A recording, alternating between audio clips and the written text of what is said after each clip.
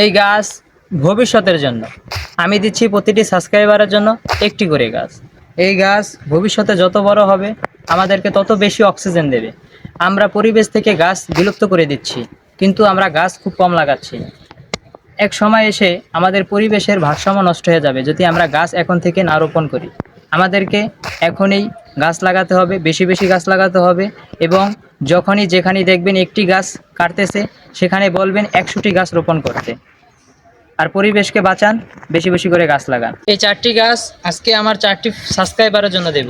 এই গাছ শুধু অক্সিজেনই দেবে না, ভবিষ্যৎকে উজ্জ্বল করবে। ভবিষ্যতে যত গরম আসতেছে, গরমকে প্রতিরোধ করবে।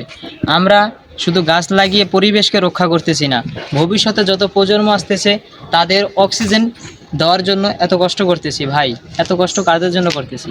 আপনাদের জন্যই করতেছি। আপনারা ভিডিও দেখেন, ভিডিওতে শেয়ার করেন না এবং ভিডিওটি পুরোপুরি দেখেন না।